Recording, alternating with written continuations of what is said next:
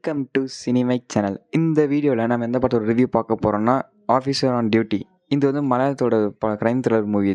இந்த படம் ரொம்ப சூப்பராக இருந்துச்சு. இப்போ தான் ஓடிடியில் ரிலீஸ் ஆயிருக்கு நெட்ஃப்ளிக்ஸில்.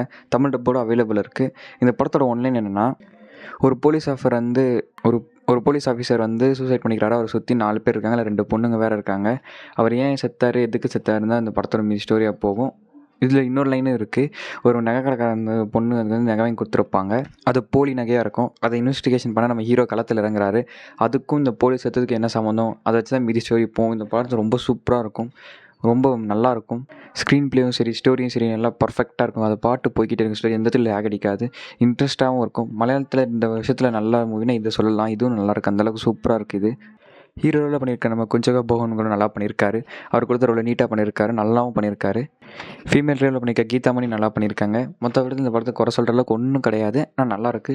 ஃபேமிலியாக பார்க்கலாமான்னா அது உங்கள் இஷ்டம். ஒரு சில சீன் வந்து மூஞ்சி சொல்லிக்கிற மாதிரி இருக்கும், மற்றபடி ஒன்றும் இல்லை. இந்த படத்தில் ஒரு சூப்பரான படம். இந்த படத்துக்கு நம்பர் ரேட்டிங்கு 5க்கு 4. படத்தோட ஸ்டோரிக்காகவும் ஸ்க்ரீன் பிளேக்காக இந்த கொடுக்கலாம். இந்த ரேட்டிங்கை மிஸ் பண்ணாதீங்க. ஓட்டிகிட்டு போய் பாருங்கள். தேங்க்யூ.